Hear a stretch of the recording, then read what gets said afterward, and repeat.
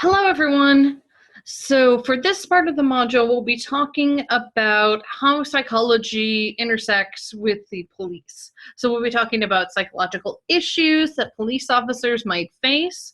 We'll be talking about how psychologists interview potential police officers and also those who need to be evaluated for whether or not they're fit for duty. We'll also be talking a little bit about how police officers actually interact with those who are mentally ill and the type of training that they get in order to be able to do that. So with that being said, we're going to dive right in and start with the police officer's job. So you might have differing ideas about what this actually consists of. When I ask this in an in-person class, people often say giving tickets, things along those lines. But here's the actual breakdown. So enforcing the law, making arrests, for example, only accounts for about 10% of police activity. Maintaining order, so keeping traffic moving, accounts for 30% of police activity. And providing services such as helping stranded motorists accounts for most of police activity. That often surprises people, but a lot of your job as a police officer is to help those in your area. So how are police officers selected? Psychologists play a very large role here, to be perfectly honest. So psychological evaluation of police personnel began in 1916 when a psychologist named Terman tested 30 applicants for police and firefighter jobs. So he found that the average IQ among these applicants was 84. Just to give you some benchmarks for IQ, the average is 100 and the standard deviation is 15. So that's within one standard deviation, just below one standard deviation away from the mean. And Terman argued that no one with an IQ below 80 should be accepted to be a policeman or a firefighter. In the 1960s and 70s, several national commissions, such as the 1967 President's Commission on Law Enforcement, recommended formal psychological assessment of police personnel in all departments. By the 90s, this had become routine. Everyone did it. So psychological evaluation isn't going to tell you the ideal candidate, like this person's going to be the best police officer ever. But what it does is it screens out those with problems that you don't want having access to power and weapons, right? So problems that would interfere with their effective functioning as police officers. So what are the requirements for psychologists who do these evaluations? They have to be licensed as psychologists. There is a process you go through to be licensed as a psychologist. You have to be trained in assessment in general, but also the particular procedures you'll need to do this particular type of evaluation. Similarly, you need to know the research literature in this area so that you are up to date on what are the most recent methods, what is the standard you should be using to evaluate these people. You have to have knowledge of several different things listed here. I'm not going to go through each one, but the Uniform Guidelines on Employee Selection Processes is very specific to this area. You have to know basically about fair employment. So the ADA, the EEOC, your APA guidelines covering psychological testing, Division 18 of APA has specific guidelines here. They're called the Recommended Guidelines for Pre-Employment Screening for Law Enforcement Officers. Very specific. And you also have to know what the job is going to entail for the person in that particular precinct or agency. You have to understand the job-related criteria and how these criteria relate to the assessment you will be doing and your procedures you will carry out. You have to be willing to testify in court to the validity of your screening process, of the tests you do. This is anytime you're doing an evaluation, writing a report within the umbrella of psychology and the law, you should assume that it will be scrutinized. And so you should conduct it very carefully, ethically, correctly, and you should write up your report carefully, correctly, precisely. Psychology students often ask me, Dr. Myers, like, why do we have to write so much? Why does it bother if we know how to write? Writing becomes a very important part of what you do no matter what subfield of psychology you end up in. And here's just one example. Every sentence that you write in a report, for example, will be scrutinized if it's ever called in front of court. So you have to be a good and precise writer. So you have to have a working knowledge of the law surrounding screening, right? You have to have an understanding of the tests that you're using as they relate to employment selection in particular. And you've got to have data on the validity of the screening process as conducted by the agency. Probably not just your piece, but the process overall. You have to relate effectively to individuals throughout the agency. They're the ones hiring you. So you need to actually pay attention to what they want and be able to get along with them, convey information to them in a coherent way. You have to conduct debriefing sessions with the administrators and any other psychologists on staff. You do in-house education programs for those folks. We'll talk about some of those later in this PowerPoint. And you are responsible for the conduct of any trainee that you're supervising who is doing these evaluations. In most cases, that person is practicing under your license. So you can lose your license if they are not doing it well. Yeah, so make sure you're supervising them well. So you have a handout posted about the pre-employment psychological evaluation guidelines. I am not going to read that to you because I know y'all can read. But basically what it walks you through is what type of tests you should do, what type of interview you should do, how do you evaluate it, and what is the follow-up for that. So I encourage you to get that handout, walk through it. That handout has not only pre-employment evaluation guidelines, but also the same handout has evaluation guidelines for fitness for duty, which we'll talk about in a few slides. So the most important assessment techniques that we use, really as psychologists in general, but in particular in this situation, are personal interviews that you conduct yourself as the psychologist with that individual, situational tests, so observations of candidates in situations that reflect real-world police work, and psychological tests. And we're going to spend a decent amount of time talking about those psychological tests in particular, but first we're going to talk about the interview. It's widely used for a whole variety of reasons for psychologists, to be honest. Despite evidence that interviews are subject to distortion, low reliability, question of validity, but to be perfectly honest, as someone who has practiced psychology in the past, worked with clients, there's nothing like an interview to give you a feel for that person, to see how they're actually responding to things, to view them. How are they dressed? Are they disheveled? So the interview is really key to get your psychological intuition going. There are different types of interviews you might use in a clinical or in this particular type of setting.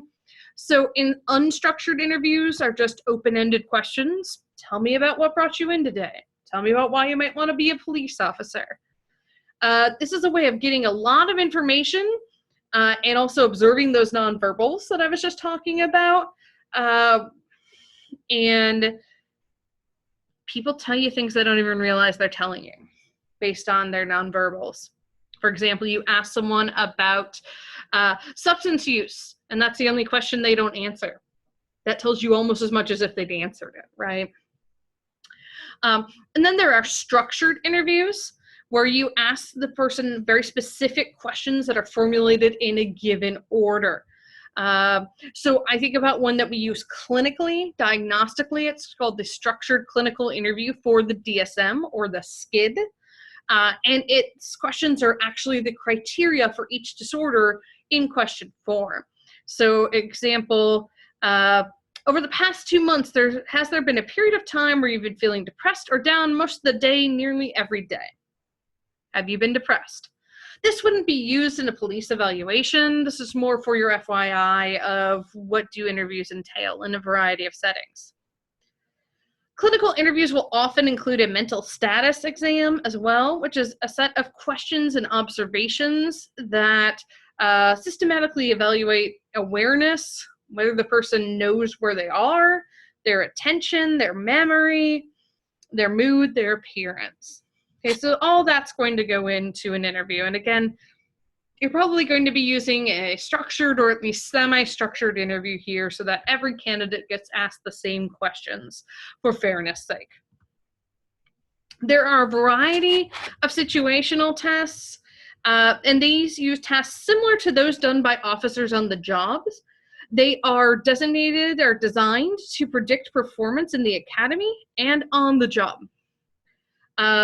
One example of this is the foot patrol observation test.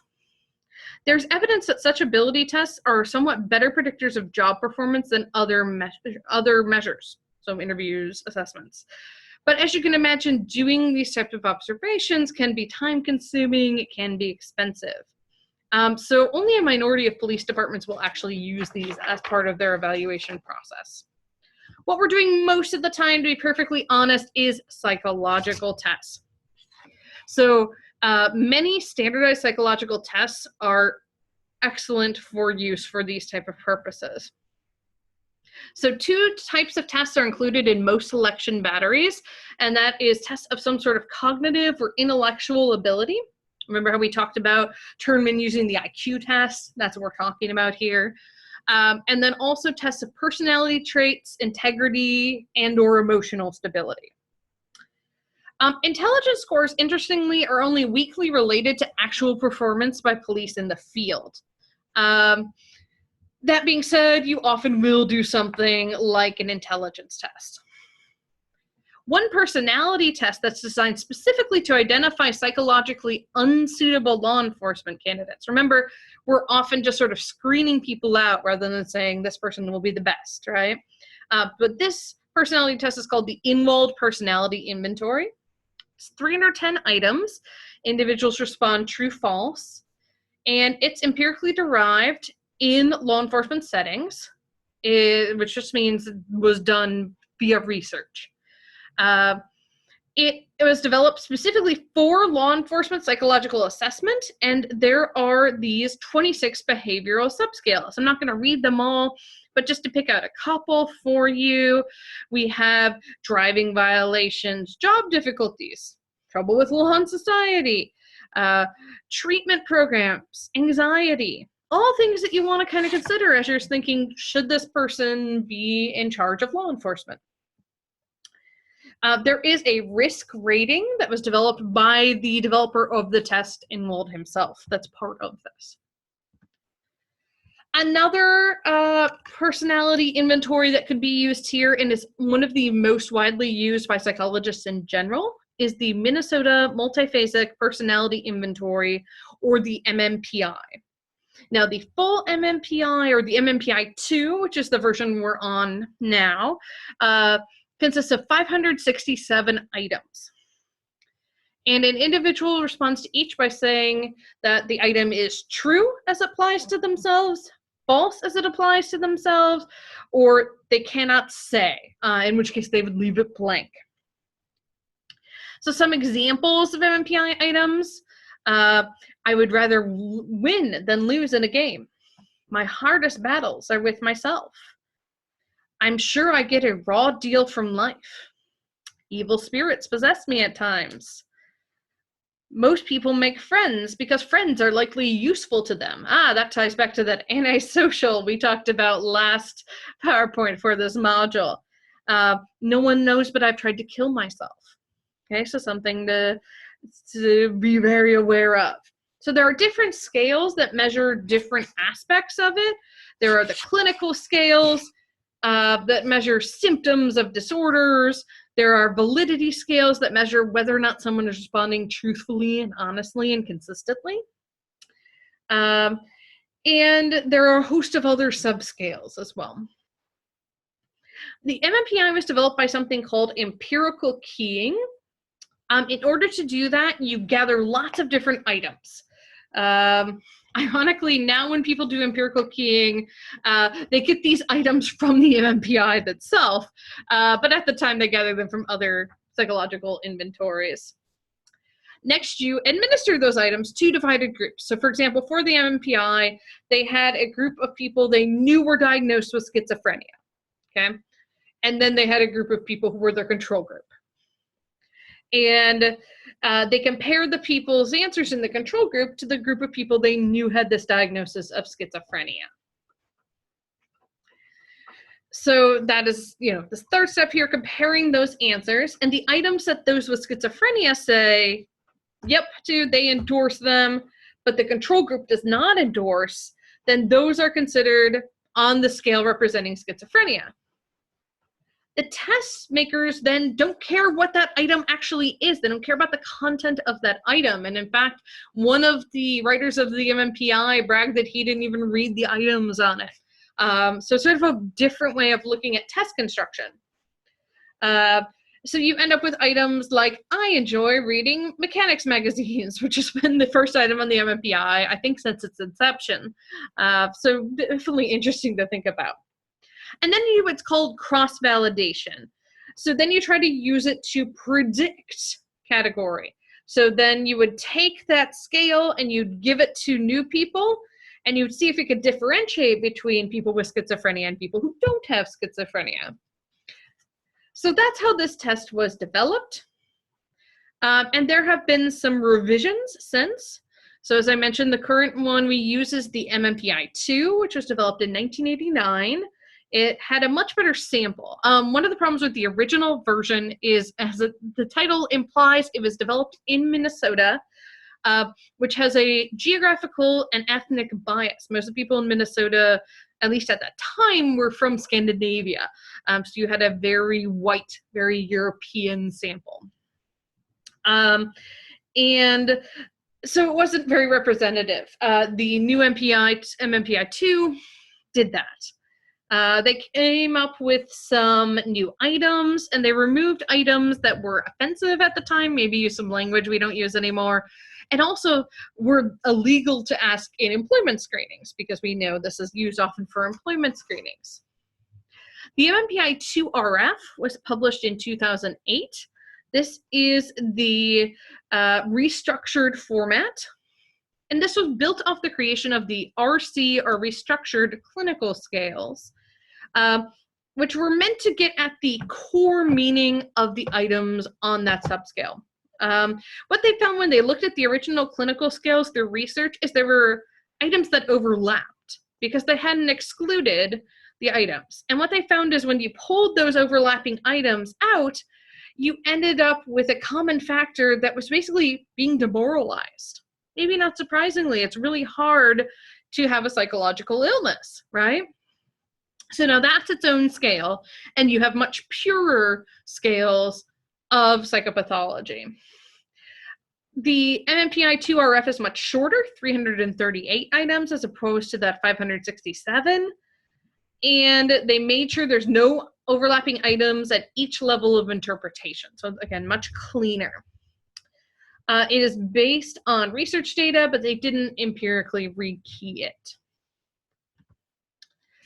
So, fitness for duty evaluations are something that we'll get to in just a second. I just realized I have one more thing I want to tell you guys about the MMPI, which is that research suggests that the MMPI is good, but that the one that we just talked about, the Inwald personality inventory, is better for these type of evaluations. However, both the MMPI and the Inwald are related to subjective and objective indicators of performance 1 year later. So supervisor rankings. So the IPI correctly classified 72% of officers who had no negative versus 1 or more negative indicators, so those two groups. The MMPI did 64%. So not as good, but still potentially helpful, right? So, and there has been a decent amount of research suggesting that screening results and performance by police recruits in training are actually related. And peer ratings of other trainees do also correlate with job performance later on. So again, now we're going to go into fitness for duty evaluations. Again, reminder, these are outlined on that handout that also covered the job screening ones. One thing that's really important here that we haven't touched on yet is who is the client. So the really weird thing, if you are a clinician or kind of thinking about that from a clinician's perspective, is that we think about the person who comes in and sits in front of you, they're your client, right? They're your patient, they're the person you're working with. When you're doing these type of evaluations, fitness for duty or the screening, your client is the person who hired you, which is the police department or whatever agency you're working for. So that's really different and a different dynamic than if that person came to see you for therapy, right? So there is, when you're doing these evaluations, there is no pretense that there is going to be any kind of confidentiality. The person walking into your office knows that this is going into a report that's going to the higher ups, right? The people who referred this person. And in the case of fitness for duty, you're often going to be reported, maybe you've had disciplinary issues, maybe you're referred because you have witnessed something very traumatic, you know, maybe been part of a shooting, witnessed someone kill themselves in front of you. Sometimes they do this for purposes of burnout. If someone has been injured on the job, they will test not only for physical, but also psychological readiness for the job when they're ready to come back as well. So then the report that's written up really does look at, you know, is that person ready, or do they maybe need some sort of remediation help, desk duty before they go back into the field. There are two models of these fitness for duty evaluation. This one is that the same psychologist would evaluate that person, and then if they needed any kind of treatment, help to get ready to go back into the field, that same psychologist would do it. You could imagine this working really well for people who are in small towns. You only have access to one psychologist. Maybe the police office only has one psychologist that they work with, right? So this becomes really workable for those situations. However, another model that works is that there might be a psychologist who does the evaluation, and then that person doesn't provide treatment. And this avoids an ethical conflict between keeping the therapy confidential and then, again, that idea that you're hired when you're doing the evaluation by the police department, so you've got to disclose everything, right? So that can allow for that client-therapist relationship to feel a little more like a therapeutic relationship. So again, life-threatening incidents, other indicators that the officer is psychologically impaired, and they would be referred for one of these. They would go through the process, and then the psychologist would determine whether or not they are fit to go back into the field. So where do police officers get their training? Well, maybe not surprisingly to anyone who's watched movies, right? It is police officer training. It is the police academy. So interestingly, many departments require some college education. Those of you who are criminal justice majors, your ultimate goal may be to be a police officer for some of you. The police academy, depending upon your jurisdiction, where you are, typically lasts 14 to 24 weeks, and you're going for 40 hours a week. So your training is your job while you're training. There are two main types of criticism of police training programs.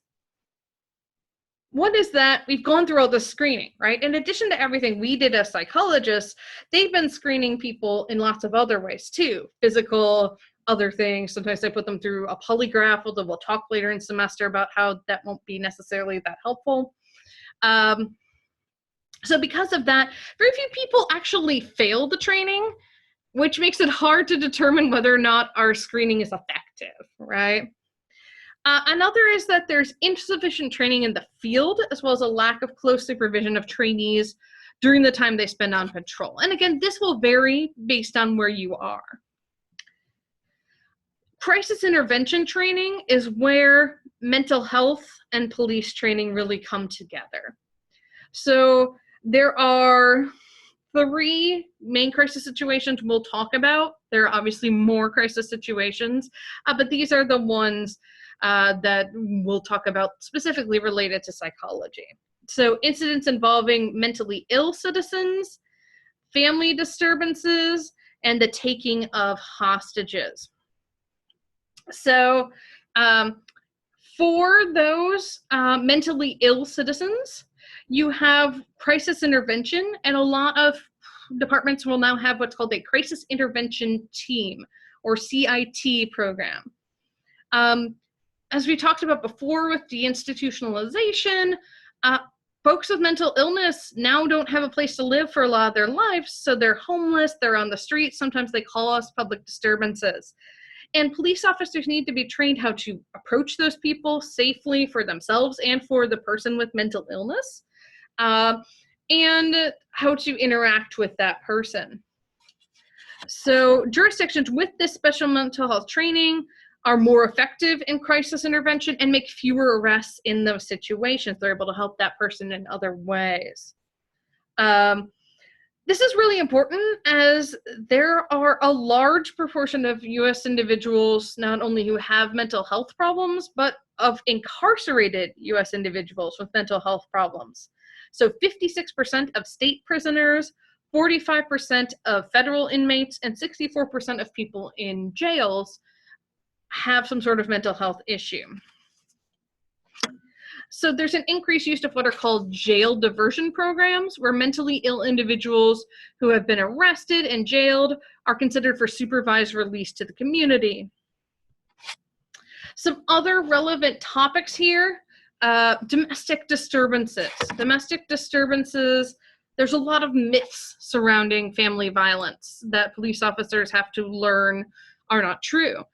Myth 1 is that family violence is rare. Unfortunately, it happens much more often than we think it does. Myth 2 is that family violence is confined to mentally disturbed or sick people. Not true, unfortunately. Myth 3 is that family violence is confined to poor people. Family violence does not discriminate. It can happen at any social echelon. Myth 4 is that women who are abused like being hit, otherwise they would leave. We're going to talk a lot more about victims of crime later in the semester. We have a whole chapter about it, but suffice to say, nah, not true. There are a variety of reasons why women end up staying, financial, and to be perfectly honest, one of the main reasons is the time in a relationship you are most likely to be killed is when you try to leave it. Myth 5 is that alcohol and drug abuse are the real causes of violence in the home. Not really. They just sort of give you the freedom to do what you already would have done. So some key points about domestic disturbances: about 14% of kids in the US are abused within their families each year, and the lifetime prevalence of spousal abuse may be as high as 50% of married couples. Both women and men can be involved in domestic violence as the perpetrator, which surprises people. And arrest may not be a deterrent to spousal abuse. So next thing we're going to talk about is hostage negotiation. There are 4 types of hostage incidents. They differ in their psychological dynamics and techniques for resolution. The hostage takers is or are suffering from a mental disorder or experiencing some personal problems, serious personal problems, trapped while committing a crime, inmates who capture prison guards or take other inmates hostage, or terrorists. And those are obviously all not mutually exclusive. Successful negotiations make contact with those hostage takers in as non-threatening a way as possible. And then they maintain communication. The negotiator isolates the hostage takers from any outside communication in order to foster their dependency on the negotiator. Then they try to reduce the hostage takers' fear and tension, so they're more willing to come to a reasonable solution. In many hostage situations, a strong sense of psychological togetherness and mutual dependencies can develop between the hostages and their kidnappers, and this is referred to as Stockholm Syndrome. Now, in terms of police stress, there are 3 categories of stress most commonly encountered by the police: physical and psychological threats, so being physically attacked; evaluation systems, so negative press accounts of the police; and organized problems and lack of supports, bureaucratic hassles. Stressful working conditions can also lead to burnout, which is a syndrome of emotional exhaustion, depersonalization, and reduced personal accomplishment that can occur among individuals who work with people in some capacity. So there are 4 organizational qualities that increase burnout: lack of rewards, lack of control over job demands, lack of clear job expectations, and lack of support from supervisors. The repercussions of burnout: it can affect the police officer's behavior at home. So this leads to high rates of substance abuse, domestic battering, and divorce. They're regarded as physical or occupational hazards of police work, and police officers have one of the highest suicide rates of any given profession. Possible solutions: officers can be given greater flexibility in how they respond to demands. And then there's team policing, which is a partial shift of decision-making from the centralized authority figure to the frontline officers and immediate supervisors. Many police agencies have developed their own stress management programs and refer to their officers for other agencies for burnout. So one of the questions that people often ask is there a police personality, someone who's better at being a police officer, or a personality that results from being a police officer? The consensus is that career socialization is a stronger influence than pre-existing differences in temperament.